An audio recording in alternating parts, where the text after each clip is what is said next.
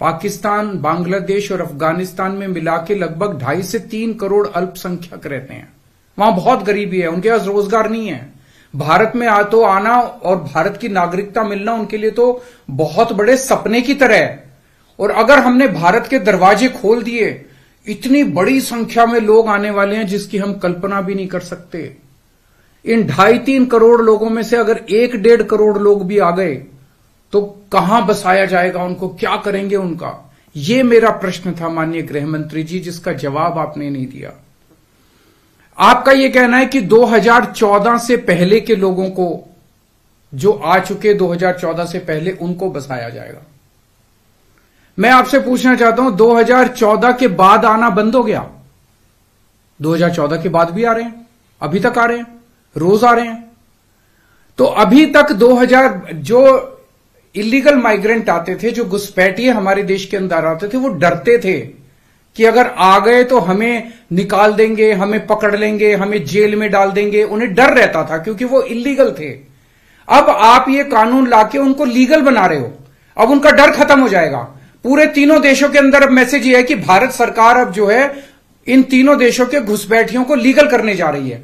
तो ये 2014, आज आप 2014 वालों की बात कर रहे हो, कल आप 2019 के पहले वालों की बात करोगे, फिर ये डेट एक्सटेंड करके 2024 कर दोगे, क्योंकि घुसपैठिए तो आ ही रहे हैं। आपने रोहिंग्यों की बात की, ये तो आप ही के टाइम में आए थे, ये तो 2014 के बाद आए हैं सारे रोहिंग्ये। कैसे आए ये? आपकी मिली भगत से आए कि आपकी नाकामी की वजह से आए? पूरे देश में कहां कहां आपने रोहिंग्यों को बसा रखा है? तो जो इतने एक तरह से दरवाजा जो खोल रहे हो, इनको जो लीगल बना रहे हो, ये देश के लिए बहुत खतरनाक है। और इतनी भारी संख्या में इसके बाद घुसपैठिए आने वाले हैं जिसकी हम कल्पना भी नहीं कर सकते। आज जो 2014 के पहले भी आए थे, हमारे देश के अंदर उनके अधिकार नहीं है। आप उनको नागरिकता देके अब सरकारी नौकरियों दी जाएंगी उनको।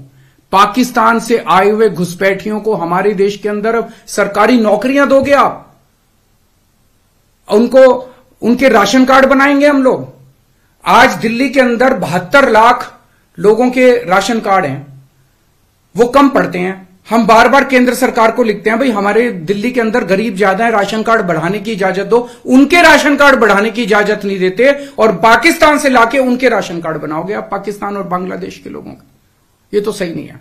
हमारे देश के लोगों के अधिकार मार के आप उनके लोगों को अधिकार दे रहे हो।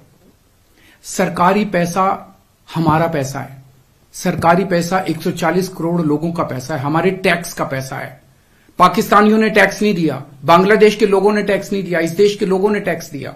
इस देश के लोगों के टैक्स का पैसा आप पाकिस्तान और बांग्लादेश के लोगों को यहां लाके उनको बसाने में खर्च करना चाहते हो। यह मंजूर नहीं है इस देश के लोगों को।